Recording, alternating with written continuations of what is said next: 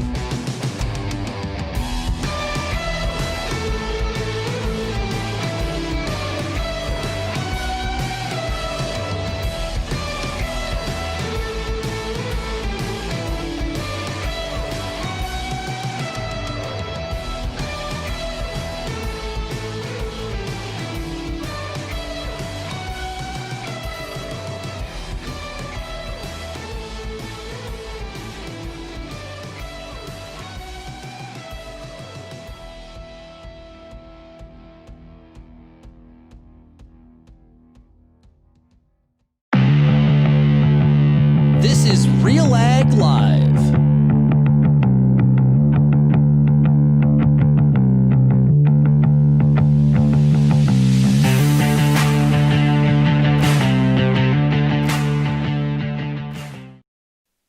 And welcome to RealAg Live, everybody. I'm your host, Shaun Haney. Thanks a lot for tuning in today. Hopefully you had yourselves a great weekend.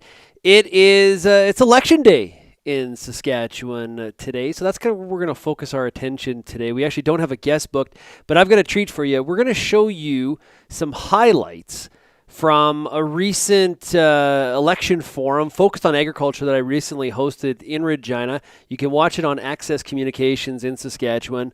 Also, you can find the entire video at realagriculture.com. We're gonna cover two of the issues that I find to be really, really critical and really important.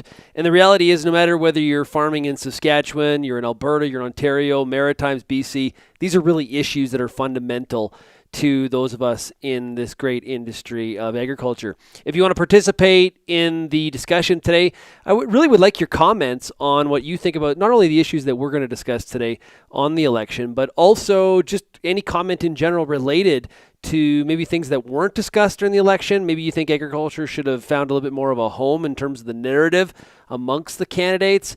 Love to hear from you. All you have to do is enter your question or comment in the box, whether you're watching on YouTube, Twitter, Facebook, maybe you're on Twitch. Also, some of you are probably watching at realagriculture.com/live. So it's interesting, similar to the U.S. election, there's like a record amount of people that have done mail-in ballots. So according to this article in the CBC, a record-breaking 185,061 voters attended advanced polls this year. Voters casting their ballots in person on Monday can do the same. The polls will be open from 9 a.m. to 8 p.m. tonight. So very, very interesting stuff. It is the 29th election in the history of Saskatchewan. So hopefully everybody's getting out there and letting their vote be heard and getting out there and voting, no matter who you are supporting, the Sask Party, the Liberals, or the NDP. Those are the three parties we're going to hear from today on a couple big issues. So I want to mention the Growing Agriculture 2020 Saskatchewan Provincial Election Forum that I moderated. It was very, very kind of APASC and Sask FSA to have me on the to be the moderator on the show. We had a lot of fun. We discussed a number of issues, everything from rural broadband to how to bring young farmers into the industry, to environmental issues, of course, water rights, a big issue in Saskatchewan, always amongst the farming crowd, and also trying to find out what their positions were on the modernization of business risk management programs as well. So great stuff. Let's get to our first topic. I want to start off with rural broadband and really start there. And we're getting some comments here from the audience. Maybe we should start with those.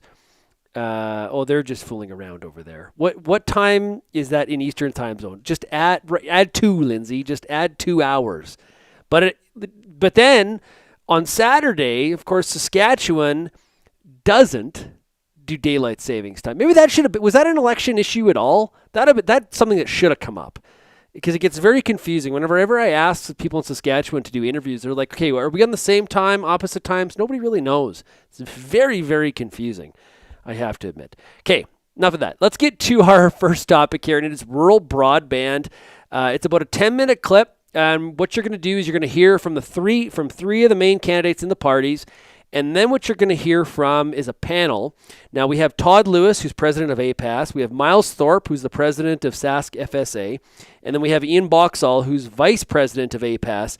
Also, and all three of them, of course, farm in Saskatchewan. So let's get to the first one, all about rural broadband and trying to get high-speed internet out to farmers. Here it is.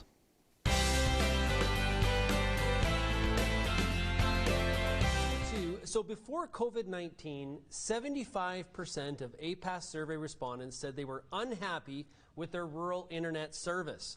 When asked again, 80% said their internet and cell phone service is even worse since the pandemic began. The world we live in is becoming increasingly connected. Every day there is a requirement to conduct more of our lives online, from banking to shopping to studying and accessing information. And yet, in rural areas across Saskatchewan, increasingly, residents and entire communities are being left behind. What does your party pledge to do to ensure that rural communities are kept up to date with internet and cell phone connectivity? Access to high-speed internet in 2020 is not a luxury, it's a necessity. Agriculture in 2020 is dependent, to remain competitive. You need that high-speed internet, you need quality cell service. On our farm, cell service is spotty. Of course, it depends where you go. The internet is slow and frankly unreliable. When I think back, when the Sask Party first came to power 13 years ago, Sask Power came out and marked the poles, our power poles, to see which ones were due for replacement. 13 years later, those poles are still standing, and power service is even becoming questionable on our farm. Farms aren't competitive when we don't invest in the crown corporations that are there. Sask Party is taking rural communities for granted. They've failed to invest in our crown corporations, and they've put them at risk of being sold off. Sask Power were built by farmers, by rural communities, for rural communities, because private companies weren't providing that service. And the Sask Party's record shows that they would like nothing better than to sell them off. The Saskatchewan NDP believes that everyone in Saskatchewan deserves access to quality cell service and high-speed internet, no matter where you live, no matter which corner of the province you're in. We have a plan. We've announced Reconnect Saskatchewan, where we will invest through our crown corporations in making sure that rural residents have access to high-speed internet and wireless, no matter what corner of the province you live in. This question affects me personally on more levels. I live on an acreage. I live in a rural area, and there is only cellular internet there. I've noticed since the COVID outbreak and the shutdowns in March, it has gotten progressively worse and worse. And it's also become far more expensive to have internet in your home. What our party would like to do is to see internet service, like phone service, considered to be an essential service. We already have a huge cellular network right across this province, owned by the people of this province through SaskTel. I say, let's invest some of SaskTel's revenues into building a province-wide cellular internet service that at a basic level is free for people, but at the high-speed capacities that are needed by most farms and businesses, it's available for a reasonable cost. Then we don't have to be investing in expensive modems. We don't have to be investing in expensive data plans. It's all part of the service that we as a people of this province should already own. Why is the revenue for SaskTel being funneled into general revenues for the provincial coffers to help cover the Sask Party's mismanagement when it could be used to invest in the future and build the network that we need in rural areas? Born and raised in rural Saskatchewan, lived in a small town and on a farm all my life until just recently moving to a larger centre. Telecommunication obviously is vital for rural Saskatchewan.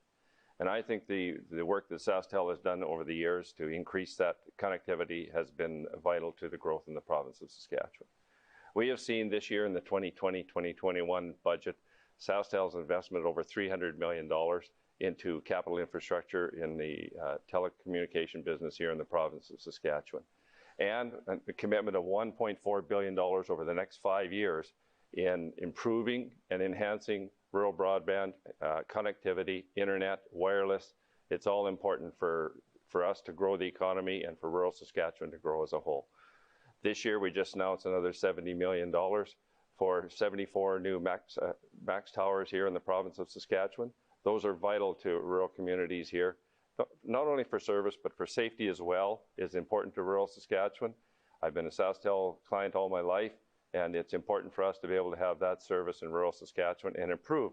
As we see agriculture growing and new technology growing, it's important for our farmers and ranchers to have that connectivity in a very fluent manner so that they can do their day-to-day business as they are trading globally in a lot of aspects around the world now, and time is of the essence for these producers to do their business and obviously improve their profit margins as they do business around the world.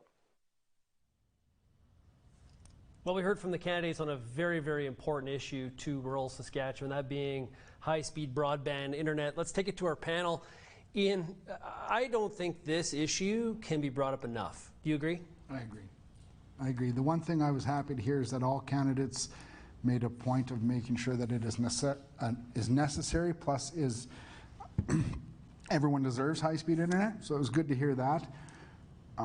I'm not sure that our Crown Corporation of SaskTel can do it all. I would have liked to have seen some mention there, maybe partnering with some other firms to get this done, to be rolled out in a timely manner where we expect it. Yeah, you know, Miles, this is an issue where people bring up the problem, but the solutions are not easy. We heard a few solutions there. Did you like what you heard?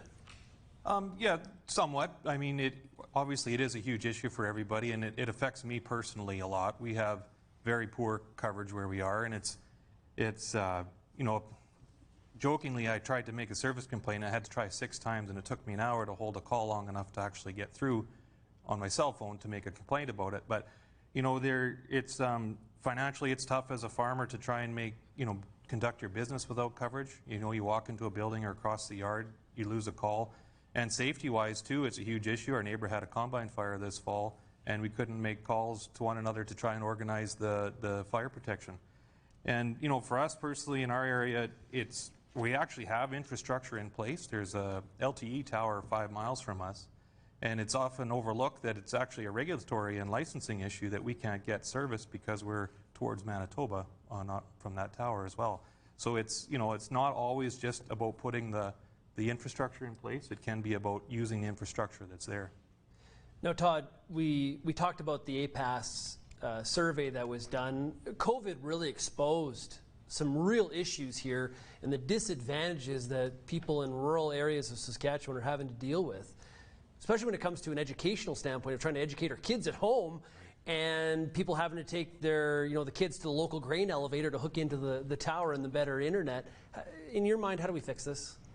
Well, I think, 100 years ago, we were talking the same thing about telephone service. Our grandfathers and great-grandfathers and farm families back then, they needed telephones. And it wasn't just one size fit all. There was small companies provided telephone service. Farmers got organized, set up, small local co-ops. There's 100 different ways telephone service got to rural Saskatchewan. And I don't see internet any different. It's not going to be one big, SaskTel can't fix everything. There's lots of small service providers, I think, that can help us out. And it's not just about cell towers. So much of it is what you don't see. It's buried fiber optics. Where is it available? How do we get it available to people?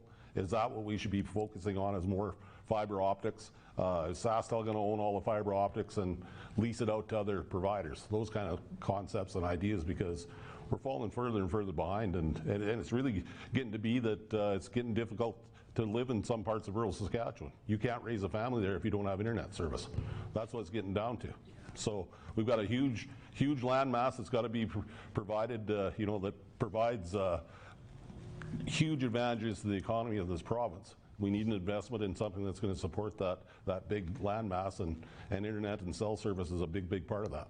Yeah, survivability of rural communities, it came up in the prior question, but it fits into this one because high-speed internet has become no different than, hey, do we have a school? Do we have access to health care or to a doctor?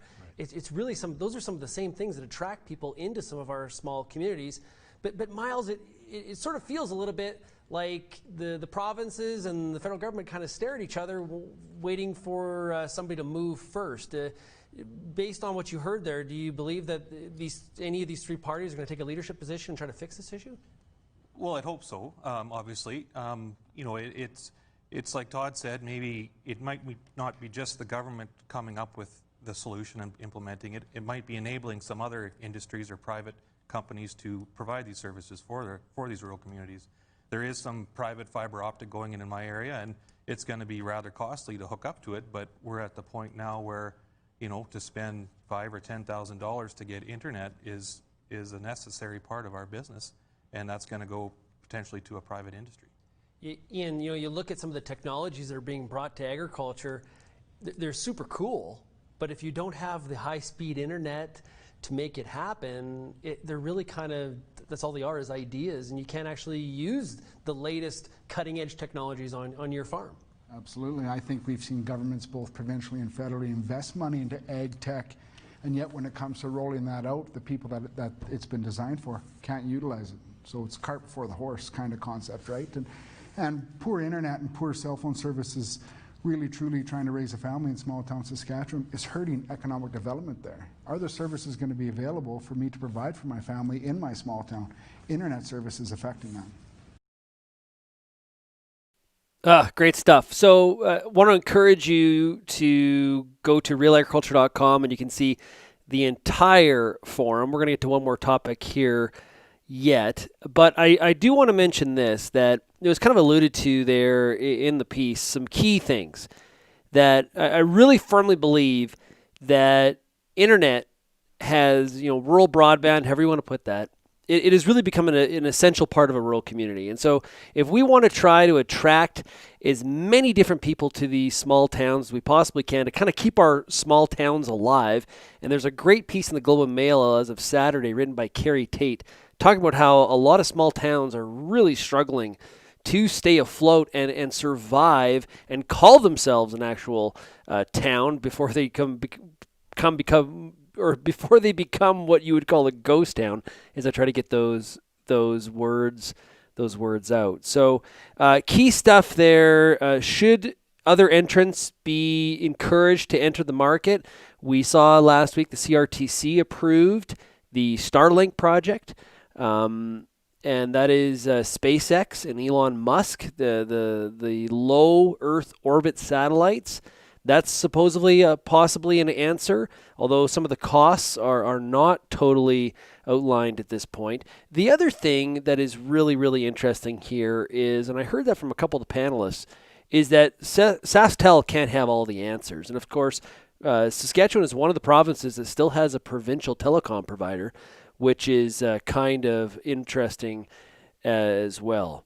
Some comments here coming in. What do we got here? Okay, we already covered that one. Question here from Kara. Do you think the implement companies that are offering precision ag should be lobbying for high-speed internet too? Absolutely. That's the other part of this whole thing is that forget about the small towns.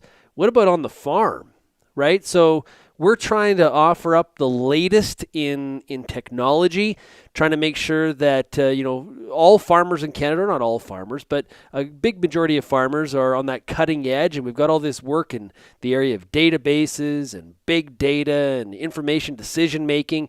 Well, that becomes a really slow sort of train if you don't have access to high-speed internet.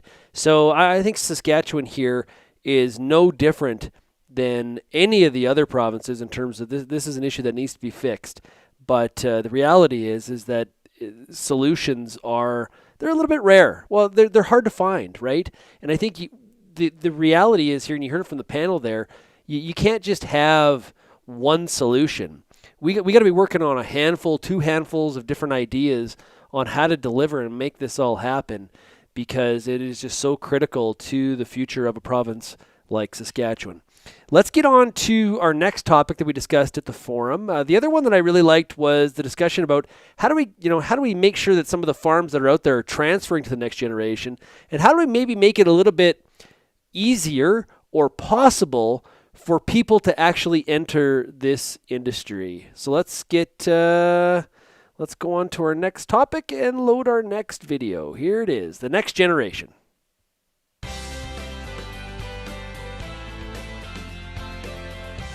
Hi, my name's Danny Onbright from O2 Farms. We're a conventional regenerative grain farm here in Grayson, Saskatchewan. With 55 being the average age of producers in Saskatchewan, we're soon going to see the largest transfer of farm operations to the next generation. What policies does your party have in place to help the next generation of producers? Yes, we do have a major problem with this. Part of the problem is also the fact that the corporatization of farms has really eliminated most family farms in this province.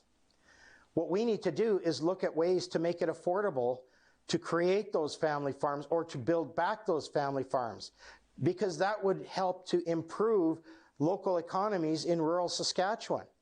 We're not seeing that. When the big corporate farms are there, they're not investing all their money in the local small towns. They're taking it to their shareholders.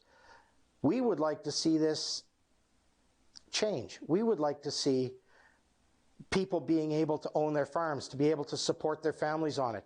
And if that means we have to revisit the taxation system, if that means that we have to find ways to improve the generational transfers to to the next generation and to build this up, we're going to look at all viable options. And I would encourage everybody who is in agriculture in this province to come and speak to me about what you would like to see so that we can find the solution that works best for you. Obviously, it is important for us to see the youth transition from into the agriculture business.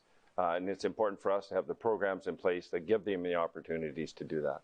And that some of the programs we have through the Agriculture Development Fund and those programs allow us to be able to assist in the youth in taking over their farming operations. And one example of that would be in the crop insurance side, where now we've allowed it for the sons or the daughters that are taking over their operations from their parents to be able to use their coverages that were on those family farms, to be able to take those forward and use them as their experience discounts as well.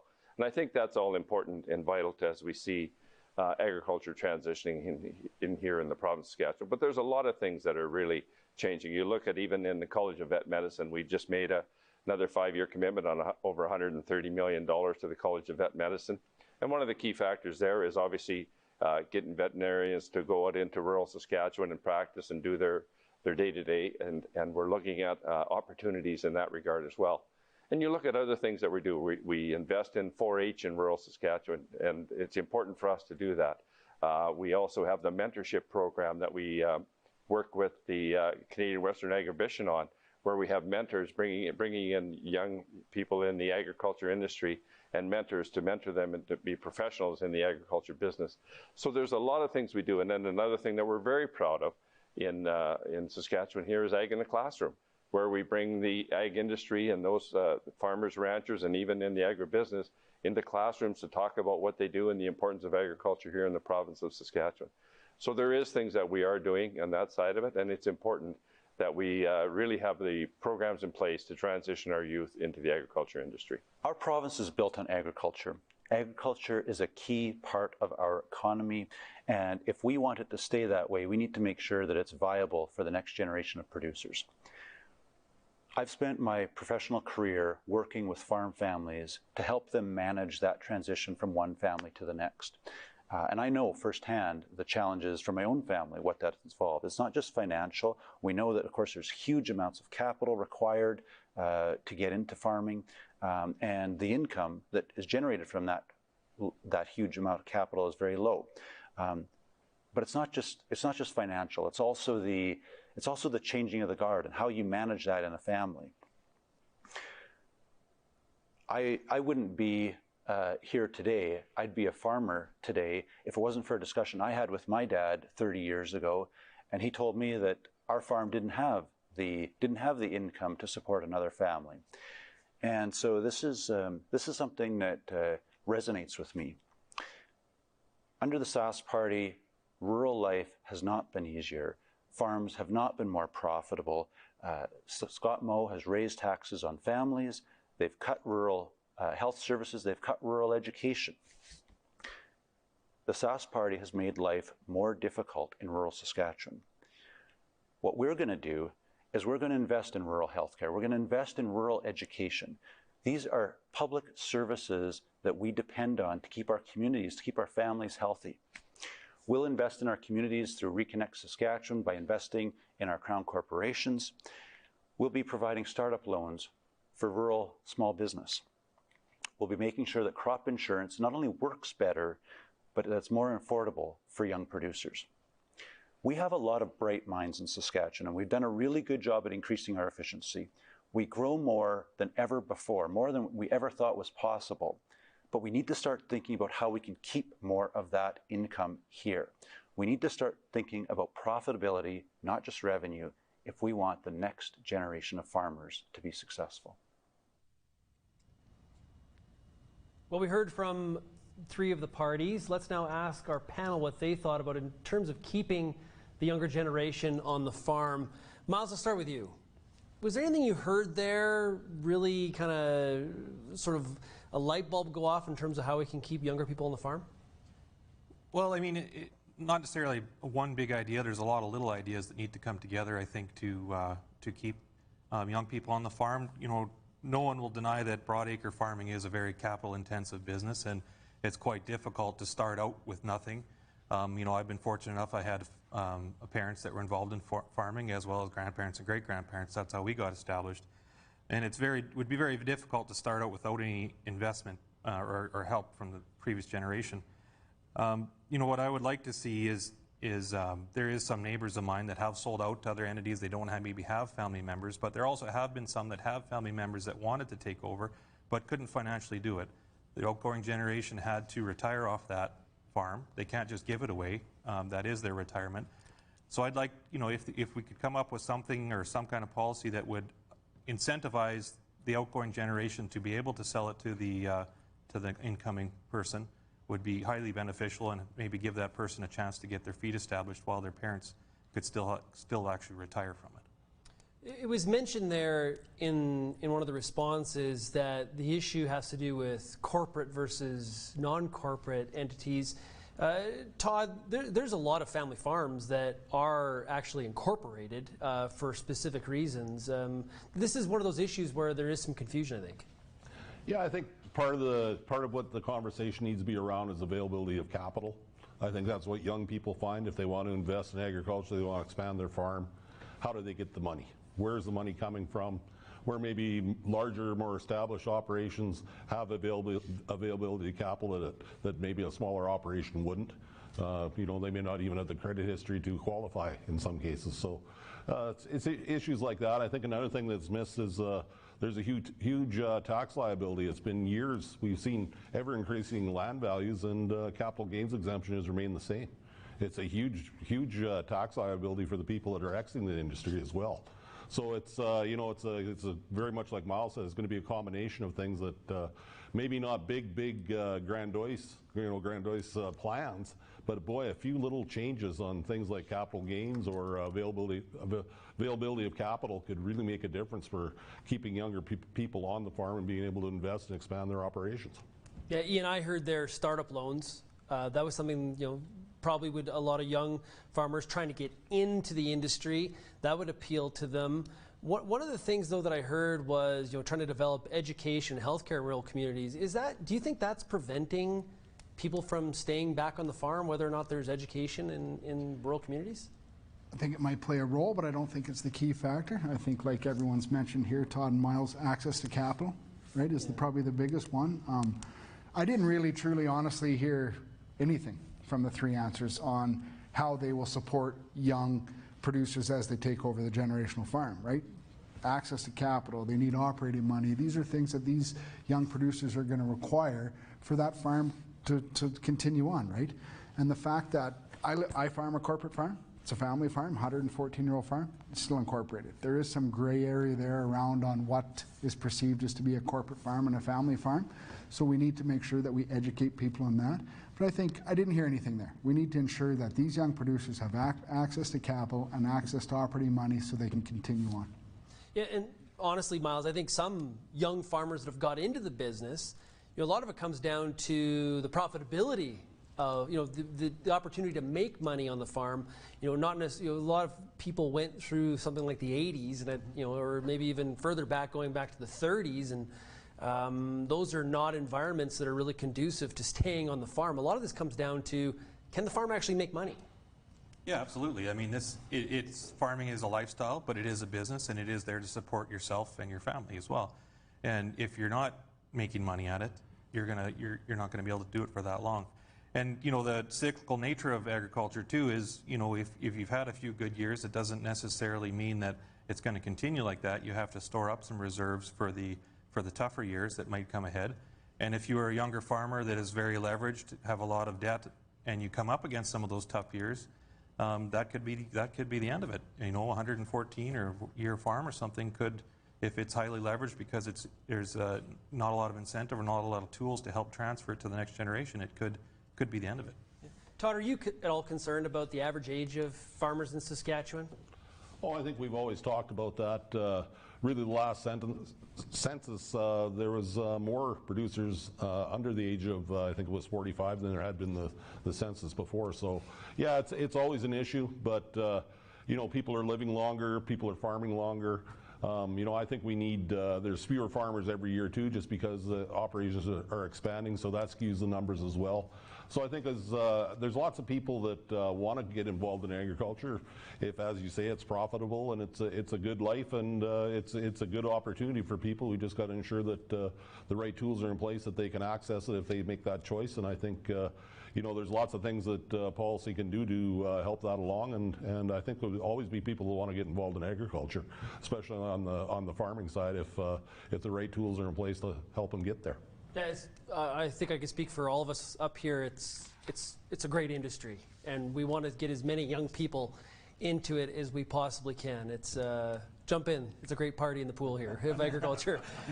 Hey, I want to mention that today's presenters of this debate are APAS as well as Sask FSA. Our broadcast partners are Access Communications as well as RealAgriculture.com. And the sponsors of today's event are Sask Egg Producers, Sask Pork, Sask Wheat, and Saskatchewan Irrigation Projects Association. Hey, great stuff. Very, very important conversation there for sure. And it's one that, some of the audience was making the point as they were watching it, as well as actually the panelists did as well. I think it was Ian Boxall that said, I didn't hear a lot of anything here. When we talk about how to keep or get and attract more people, young people into this industry, or try to keep the ones that grew up in it, there's always a lot of qualitative answers, and there's not a lot of quantitative. I find a lot of times, and quite frankly, this is a tough industry to enter because of some of the capital barriers, and it was really, really discussed there in terms of trying to have access to capital. It is a high bar. You just can't, all of a sudden say, unfortunately, you just can't all of a sudden say, "Hey, I want to be a farmer. I'm going to go to the bank and I'm going to ask for a loan and I'm going to start a farm." It's really difficult. It is not easy, I think that's just the kind of the reality. And agriculture is not the only industry that suffers from that high bar. On Thursday's Farmer Rapid Fire on RealAg Radio, we were talking to an apple grower in BC. And you think land's getting expensive in Saskatchewan. He was talking about in the Okanagan Valley about land that costs $150,000 an acre, which is it's just absolutely mind-blowing. Comments here. Lara says, if access to capital weren't such an issue, I'd be farming in some way, shape, or form. I think there's a lot of people that would say that, and that's how some people end up going over to industry so they can stay in the industry of agriculture, but not necessarily farm directly themselves. What do we got here? Look at the shift of the people coming back to farms in the booms of 7 through 2009 and again in 2010 to 2013.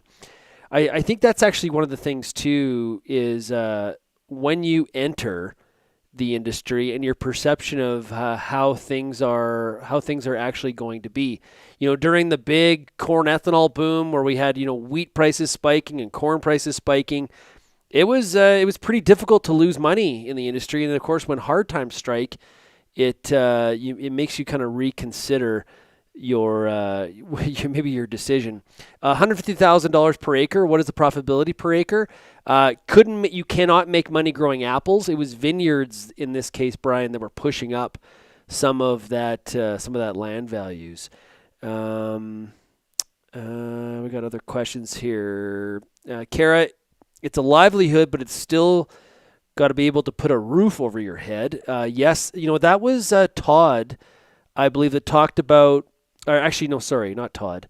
It was the NDP candidate that talked about we need to also focus on profitability and not just revenue. And that can be a bit of a trap too, not just in Saskatchewan, but I think a lot of provinces and a lot of farmers talk about how we need to grow exports, and we do. We need access to more and more markets so that we can sell more and more of our products that we're producing here at home. But obviously, increasing revenue without turning a profit can be it's not, you're not going to be around long, especially if you look at how much a lot of the farms in Saskatchewan and other places are so highly levered. So it's definitely otherwise you're hitting a huge crunch, and some of those farms are not going to be around very long. It's one thing. That's the thing about young people getting into the industry. It's one thing to loan them the money. But it's another thing, do they have a decent business plan, and can they make a go of it and sort of have some longevity to it? Because loaning them the money is the easy part. Them being able to pay it back, that's a whole other kettle of fish, so to speak.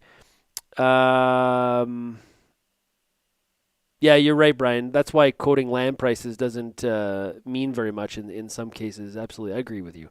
So if you want to hear and watch the entire election forum that we did with APAS and Sask FSA, you can find it at Access Communications, or you can find it at realagriculture.com. Really, really encourage you to check it out. It's a fun forum. The panelists were fantastic. They really, really covered what the candidates had said or didn't say really, really, really well. Another comment here from Brian. Hey, hard times create strong people create good times create weak people, and weak people create hard times. That sums up the cycles in ag and 2020. Yeah, that's usually when I hear a good comment like that, I say we should make a T-shirt out of that. That is way too long for a T-shirt. So we got to find a shorter version of that quote. I think that would be a really, really good idea. But it is very true, Brian. I absolutely do agree with you for sure. Like I said, go to realagriculture.com, watch the entire forum, cover a lot of topics, including environmental sustainability, business risk management, and where do all of the parties think they want agriculture to be in the year 2040. Make sure as well you get out and vote today if you are in Saskatchewan. It is a very, very important election. Not sure it's uber close. We have a good idea which way a lot of you in agriculture are going to be voting, but you should be voting nevertheless. We have a democracy in Canada, and we should absolutely be exercising our democratic rights, and one of those is voting. Thanks a lot for tuning in today, everybody. Hope you enjoyed some of our Saskatchewan election coverage. We'd love to hear your feedback. You can send me an email, shaney@realagriculture.com, or on Twitter, Instagram. You can find us there at Real Agriculture, and some of you are watching here on Twitter. Or you can call the RealAg listener line. It is 855-776-6147. Thank you very much, everybody, for getting real and getting connected with RealAg Live, and we will chat again tomorrow. Cheers, everybody.